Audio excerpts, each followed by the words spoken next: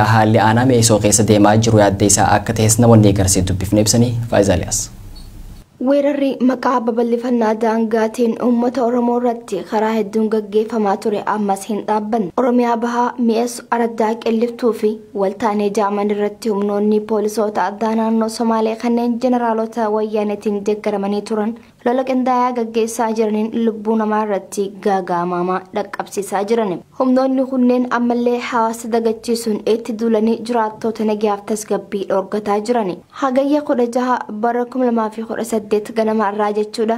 Sa'aatii lamatti humnoonni hidhatan kunneen aanaa mi'eessoo araddoota qilliftuu fi waltaanee jaamanitti hawaasa ofirraa quba hin qabnetti dhukaasa roobsuudhaan nama maqaan isaa Umaree Raaree Alii Jaamu akka lubbuu galaafate namni garasii yaada nuuf kenne OMN itti hime. Akka namni achirraa odeessa nuuf kenne hunja'utti hidhattoonni poolisoota addaa naannoo Somaalee kunneen humna waraanaa guddaa fi meeshaalee waraanaa ammayyaa hidhachuudhaan uummata nagaa kan ofirraa quba hin qabnee fi meeshaa tokkollee harkaa hin qabnetti dhukaasuudhaan lubbuu namaa galaafachaa jiru je. Ganama irraan tanaa itti ganama kaastamara ummata nagaa irratti ummata birraa gonfatti jamaudhaan suuqaa tokko wareegee kaan isaa Umar jedha Umar wareegee jira amma karaa agarsiisee awwaalcharra jiraa jira awwaalcharra amma daahin jiru isa malee abiraa amma daahin jiru tokko tuusaniitu wareegee amee daaragee hin jiru amma egaa achirraa hospitaala ciroo dhufe achitti wareegamee amma karaa mana isaa deebi'ee galee ummati nama magaalaa jiree digdagatee cifaa jiru meeshaa qullaa diina waan ta'eef asitti isaa inni diimuu ta'u kan dhageenya jiraame waan ta'eef daa'im mallee lolabanuudhaaf qophira jiranii. Oomishni lolaan sanaa waan akka fakkeenya fakkaatu amma egaa weeraraan booda magaalaa naaf deemee fidee dabbanii daddeecha amma. Humnoonni raayyaa ittisaa achiin jiranii? Uummanni raayyaadhaa itti biyyaa ni jira. Uummata mageenyaan uummanni keenya haalli nageenya ammas humnoonni kunneen daangaa irratti humna dabalataa kurfeeffachaa waan jiraniif deebi'anii weerara banuu mala sodaa jeus uume. Torbaanota muraasa dabaran keessas lubbuu namoota hedduu aanaa mi'eessoo keessatti akka galaafatan isiniif gabaasaa turuun keenya ni yaadatama. Duulli poolisoota addaa naannoo Somaaleetiin bifa irra deddeebiitiin hawaasa nagaa irratti gaggeeffamaa turee fi jiru uummanni aanaa mi'eessoo haala adda isaa keessa jiran. Humnoonni raayyaa ittisa wayyaanee kanneen nageenya naannichaa eeguuf achitti ramadamanis humaa uummataaf godhuu hin dandeenye. Weerarri humnoota addaa naannoo Somaalee kanneen lubbuu ilmaan Oromoo galaafachaa jiran Oromoota aanota Oromiyaa bahaa hedduu irratti gaggeeffamaa ture erga jalqabee lubbuu lammiilee dhibbootaan lakkaaman galaafatee qabeenya hedduus uummata irraa saamaatti jira. Qeerroo fi jiraattonni magaalaa Ciroo fi naannoo isii hoggansa isaaniif hin taane mormatan. Jiraattonni magaalaa Ciroo caasaa haaraa garsitti ramadamuuf fidamte mormiin simatan. Weerara poolisii addaa naannoo Somaaliileen gaggeeffamaa jirutti kan dalan jiraattonni dhimmicha furuuf harkifataa fi dadhabina cimaan gama bulchiinsaatiin jiraachuu kaasan. Weerara hagayya 13 bara 2018 godina Harargee bahaa aanaa Mayyuu Mulluqqeetti banameen jiraattonni wareegaman 50 caalanii jiraachuun ifam. Mootummaan federaalaa fi kan naannoo Oromiyaa yeroon fana dhimmicha furaa jirra yakkamtoota to'annaa jala ni oolchina jaanii yeroo bitatuuf caanis furmaanni waaraan nuuf hin argamne ja'an jiraattonni itti doonis eegumsi gahaan kan isaaniif godhamaa hin jirre ta'uu kaasan. Mootummaan sadarkaa qabsoon irra jirtuun hawaasa mari'achiisa yaada hubannoo cimsu kennuu akka qabuu fi iyyataa jiraattonni naannichaa kaasaniif gurra kennuu akka qabu namni garasii dubbifne ibsa. Weerara ganama irraa aanaa mi'eessootti gaggeeffame hordofuun guyyaa irraa bulchiinsa godina Harargee lixaatti hiriiree qeerroo fi jiraattotaan bahamee jira. Akka jiraattonni ibsanitti hojii gaggeessonni bulchiinsaa dhaaba biyya bulchuun filamanii garas geeffaman kanneen asiin dura faallaa qabsoo sabaa dhaabbataa turani. Kun ammoo akka uummanni mormiin simatuuf sababa ta'e. Isaan uummata jaalatan uummanni illeen isaan jaalatuu fi ogummaa gaggeessummaa cimtuu qaban osoo jiranii yakkamtoota aangootti shuumuun fuuldura nu hin ceesisuu ja'an jiraattonni magaalaa Ciroo. Dhimmicha hordofuun itti gaafatamaan ijaarsa siyaasaa baadiyyaa obbo Addisuu Araggaa guyyaa irraa mormii jijjiiramaa hoggansaa balaaleffachuun gaggeeffame kana hiriira hin barbaachifne fi gocha seer-maleessummaa namoota muraasaan magaalaa Cirootti mul'atee ja'an itti fufuunis deemsi seer-maleessummaa akkasii tokkummaa saba keenyaa kan diiguu fi injifannoo wareegama dhalootaatiin arganne kan duubatti deebisu waan ta'eef hatattamaan sirraa'uu qaba. Qaamonni nageenyaas uummata godinichaa waliin ta'uun olaantummaa seeraa kabachiisuutu irraa eegamaa jaan obbo Addisuun. Qaamonni bulchiinsaa dhimmicha furuufis ta'ee hanqisuu osoo danda'anii hanga uummanni tarkaanfii fudhatu eeguun deebanii jiraattota itti gaafatama fudhachiisuuf cehuun dadhabina bulchiinsaa ta'uu namni dubbifne kaasa. Uummanni abbaa barbaadeen buluu qaba. kan uummanni hin jaalanne uummata bakka bu'uu danda'us jaan namoonni magaalattii irraa dubbifne. Oduu teenyatti aantuun godina Shawaa Bahaa aanaa Adaamii Tullutti qonnaan bultoonni sababa investimentiin lafa isaaniirraa kaafamanii turan beenyaan nuuf kafalame gahaa miti jechuun komii dhiyeeffachaa jiran. Qonnaan bultoonni komii qaban dhiyeeffachuuf koree jaarratanii iyyachaa turan namoonni 32 hidhamuunis dhagahame. Usmaan Baay'uu dabalata qaba. Godina Shawaa Bahaa aanaa Adaamii Tulluu jiddoo Kombolchatti dhaabbanni Sheerii Itoophiyaa jedhamu waggoota afuriin dura lafa qonnaa oomisha abaabootiif oolu qonnaan bultoota aanichaa irraa lafa hektara tokkotti beenyaa qarshii 148,048tti walii galuun bitate hojii investimentii akka eegale himameera. Akka maatii qonnaan bultoota kanneenii keessaa namni tokko Oromiyaa Miidiyaa Neetworkiif ibsetti dhiyeenya kana ammoo qonnaan bultoonni kunneen kafaltiin beenyaan nuuf laatame kan lafa nurraa fudhatamte walgituu miti waan ta'eef dhimmi kun keessa deebi'amee nuuf ilaalamuu qaba jechuun koree of keessaa ijaarratanii qaama dhimmi ilaallatutti iyyachaa turan jedheera jiraataan Adaamii Tulluu kun. Qaamonni bulchiinsaa kan godina Shawaa Bahaa garuu qonnaan bultoota gaafii mirgaa karaa seera qabeessa ta'een gaafachaa turan doorsisuun namoota 32 ta'an poolisaan qabsiisuun magaalaa Adaamaatti hidhamanii akka jiranidha namni kun kan dubbatu. Akka jiraataan aanaa Adaamii Tulluu jiddoo Kombolchaa irraa dubbifne kun jedhutti qaamonni bulchiinsaa qonnaan bultoota kanneen manadhatti darbatan aangaa'ota asiin dura dhaabbata abaaboo Sheerii Itoophiyaa jedhamu kanaan wajjii walitti dhufeenya cimaa qabanii fi malaammaltummaadhaan dhaabbaticharraa maallaqa nyaachuun namoota ummata saamaa turanidhaan jechuun komata.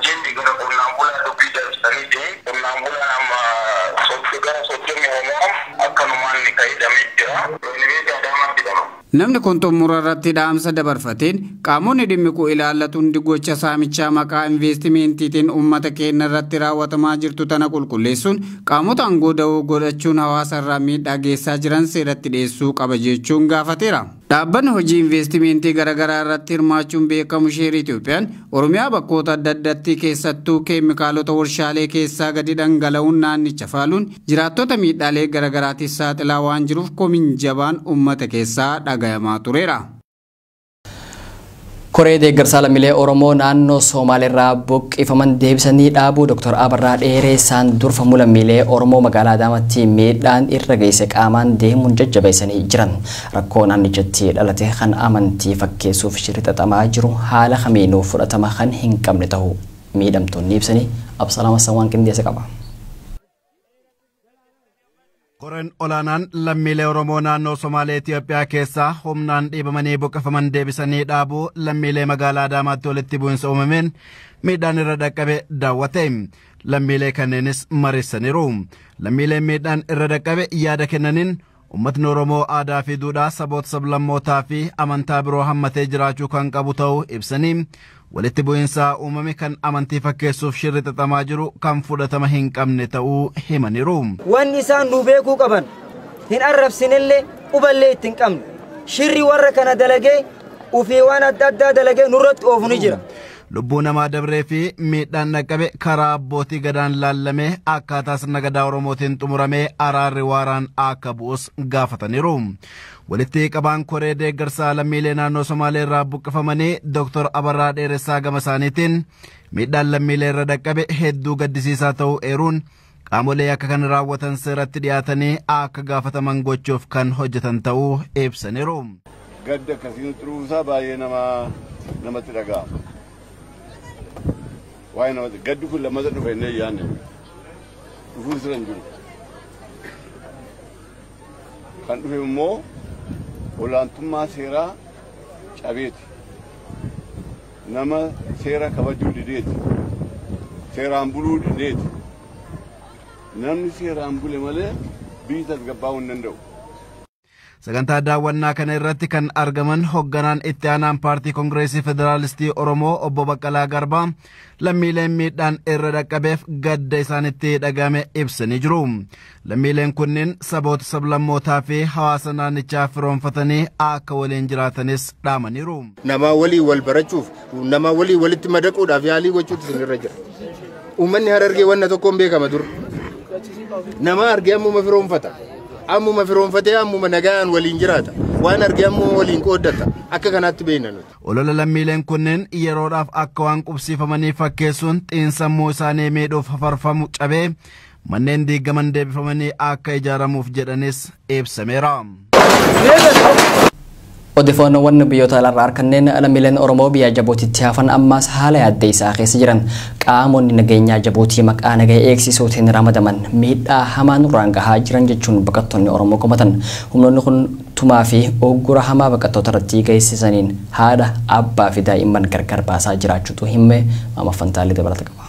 Lammiileen Oromoo hedduun ajjeechaa fi reebicha Jibuutii keessatti namoota gariin ijaaramaniin irratti raawwatame dandamachuu dadhabuun gara Oromiyaatti galaa akka jiran gabaasaa turuun keenya ni yaadatama. Baqattoonni Oromoo biyya Jibuutiirraa gara biyyaatti galuuf dirqaman kunneen qabeenya Jibuutii keessatti horatan hunda mulqamanii harka qullaa isaanii kan deebifaman yogguu ta'u warroonni achitti hambifaman immoo haala yaaddessaa keessa jiraachuu maddeen addeessan. Kana malees namni Jibuutiirraa dubbifne tokko waan garaa nama balleessaa nutti himim. Poolisoonni Jibuutii maqaa nagaa eegsisuutiin lammiilee gara biyyatti deebifamaniif ramadaman balaa guddaa dhaqqabsiisaa jiru. Kan dhagame humni hidhate baqattoota reebuu ugguruu fi miidhaa garaagaraa irratti geggeessuun haadhaaf abbaa ijoollee isaaniitiin gargar baasee gidirsaa jiraachuudha. Maddi kun kan nuuf eerem daa'imni umrii 8 Hasnaa Abdurrazaaq jedhamtu humna kanaan abbaaf haadha isirraa gaafa gayya 8 bara 2018 baafamte hanga ammaatti lubbuun jiraatte fi duute wanni beekamu hin jiru jechuun dubbata. Baqattoota rakkoo guddoo gubbaa gahaa jira. Qabeenyi isaan horatan tokkollee filiin as keessaa baasutti hin jiranii je. Akkasi qabeenyi isaanii bakka nagaa argamus saamamaa jira. Tokkollee firaasha waan irra ciisan waan uffatan takkallee hin ba'an jiranii rakkoon guddoon kan uummata Jibuutii gubbaa dhaabbachuu jiru tokko kana. Kana daran waan si agarsiisa. Roobii kaarraan tanaa ilmoo isaatii fi isa gargar bachiisanii ilmoo isaadhaa askaraa fi uummanni waliin bu'uudhaan ilmoo isaa achi keessa baddee ila hanga ammaan argamin fokkoo isaa siitiin ergee si garsiisa. Maqaa isaatii siitiin himaa dhageeffatu. Askara roobii kaarraan tanaa askaraa fi uummanni waliin bu'uudhaan michoon takka Hasnaa Abdurrazaaq jamtii baddee jirtiin jedhe. Urmiin isaa amata 8 achi buutee isiin baramnee barbaanne dhabnee mootummaa gaafanne dhabnee yeroo uummanni lama waliin buusan yeroo uummata buusisan baddee jechuun bakki isin itti dhalatte Harargee bahaa aanaa miidhagaa tolaa biyyoo araddaa biyyoo waraabaa bakka ganii dhalattee Hasnaa Abdurrazaaq Maamad Ammeetii baddee roobii kaarraa dibaarmentuu namni isii hin jiru. Haadhaa fi abbaan isii dhokatanii uummataan farkee isa bakaarii baajamtu dhokatanii taanii ilmoo isaanii barbaadaa jiranii kanumaafu barbaadanii dhaban jechuudha hangaarraa. Daa'imni tunis dhalattuun godina Harargee bahaa aanaa miidhagaa lolaam araddaa biyyoo karaabatiin maatiin ilmoo ofii dhabeem hararaafamaa jira. Haadha fi abbaan Hasnaa immoo ganda lammiileen Affaar heddumminaan jiraatan Ariibaa jedhamu keessa baqattoota Oromoo biroo wajjin qubachuun daa'ima isaanii dhabanii mankaraaraa jiraachuus namni kun ifoomse jira. Lammiileen Oromoo Jibuutii keessatti hafan ammas lubbama hamaa keessatti argamu. Warra galan malee ammas ilmaan Oromoo lakkoofsan 10,000 ol taantu mana isaanirraa ari'amuun magaalaa Jibuutii iddoowwan akka Lagahar, Sheek Muusee, Bilbilaa fi Ariibaa jedhamanitti hadhaa unachaa jira jedha maddi odeeffannoo kana nu laateem. Kanaaf qaamni dhimmi ilaallatu hordoffii taasisuun lammiilee Oromoo achitti hafanis nagayaan gara biyya ofiitti akka galan taasisuun akkaan barbaachisaa ta'u baqattoonni achitti hafan dhaamsa dabarsanii jiru. Oduu teenya maayitiin waldeenii tumsaa fi gargaarsa qeerroo Oromiyaa biyya Yaman lammiilee Oromoo sababa weerara poolisoota addaan qe'ee isaaniirraa buqqifamaniif gargaarsa maallaqaa taasisan. Waldeechi sirna gargaarsa hawaasa bal'aa hirmaachise qindeessuun qopheessuun riyaala Yaman 50,000 ol walitti qabee jira. Gargaarsa walitti qabe kanaas hagayyaa 17 Jummata boru gara biyya kan erguuf jiraatan ta'uu beeksisan. Badriisuuf gabaasaa Yaman irraa dhugee qindeessee jira. Waldayni tumsaa fi gargaarsa qeerroo Oromiyaa biyya Yaman lammiilee Oromoo qe'eef qabeenya isaanirraa humnaan buqqifamaniif kan oolu gargaarsa maallaqaa arjooman.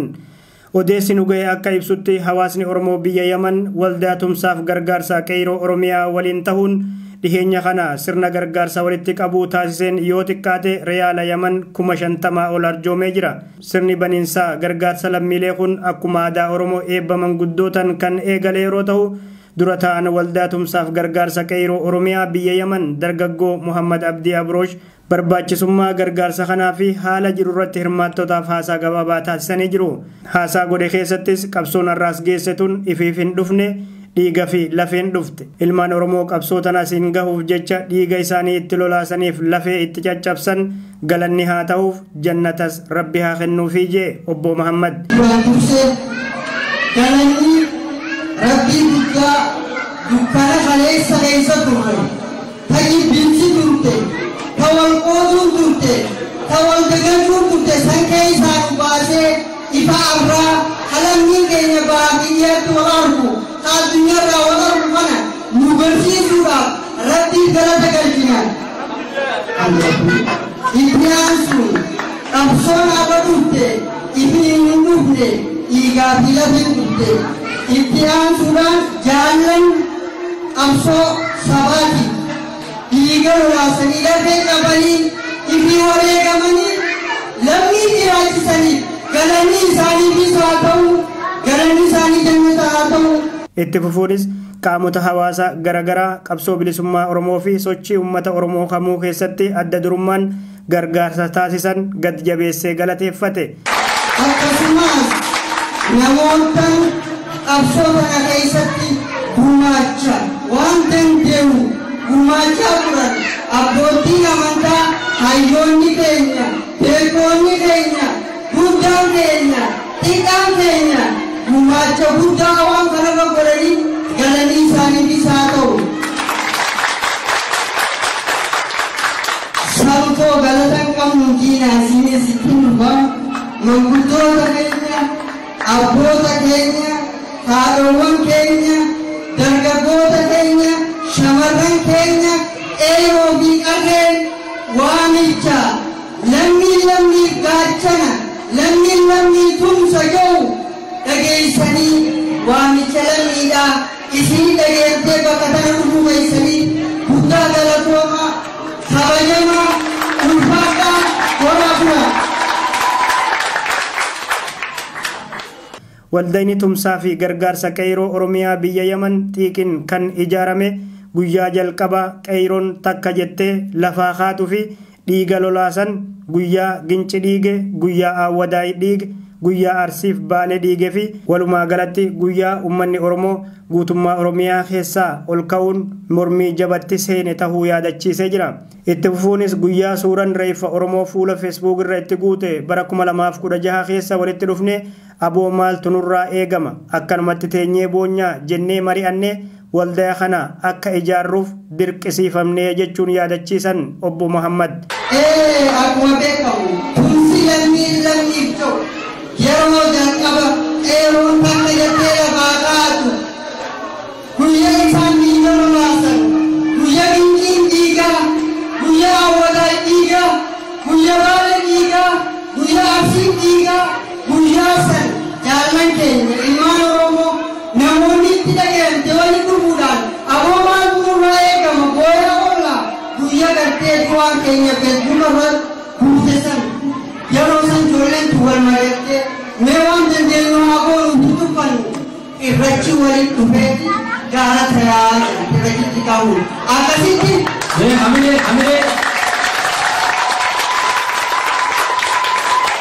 akkasi jaallan keenya waan kana yeroo jalqabaaf foree gargaarsaa jechuun eegalanii otuma jaawgaa waltee gargaarsaa bakkamaa. Sirni gargaarsaa kunis mata duree lammiif gaachana jedhuun hagayya 10 bara 2018 magaalaa Sana'aa keessatti kan taasifame yeroo ta'u qindeessummaa waldaa tumsaaf gargaarsaa qeeroo Oromiyaatiin qophaa'e. Sirna gargaarsaa walitti qabuu kanarratti hawaasni miira gammachuun kan irraa qooda fudhate yeroo ta'u gumaachi taasifame kunis lammiilee Oromoo sababa weerara poolisoota adda naannoo Somaaleetiin qe'ee isaan irraa buqqaaniif oola.